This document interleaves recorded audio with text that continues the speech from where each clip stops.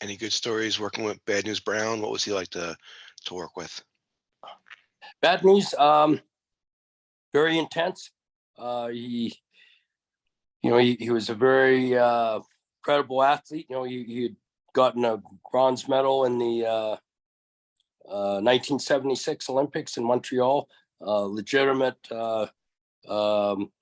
judo expert and really tough. He'd grown up in Harlem, New York, and he certainly knew his way around the ring. He could street fight. He knew judo. He knew amateur wrestling. Trained in the dojo with New Japan. So so you could do a lot of business with him. But he was very, very serious, very intense, and you didn't take liberties with him in the ring. He did some pretty good business with us in the early 80s, had some incredible matches with Brett and Dynamite.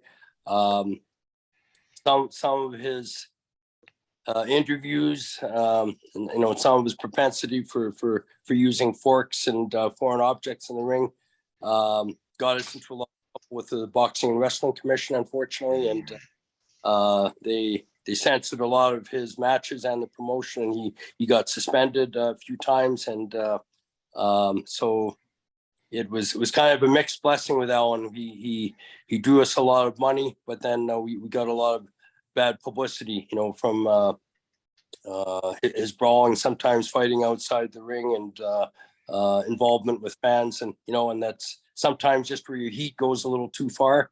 But as an athlete, he was very tough. Like, very few are actually tougher than him in the industry, and nobody took liberties with him. He's just not a guy that you wanted to mess around with.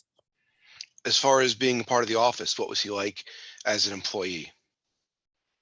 Reliable. He worked hard. He was always reliable, and did his business in the ring. Very quiet, kept to himself, and you just you didn't rub him the wrong way. He was very conscious, of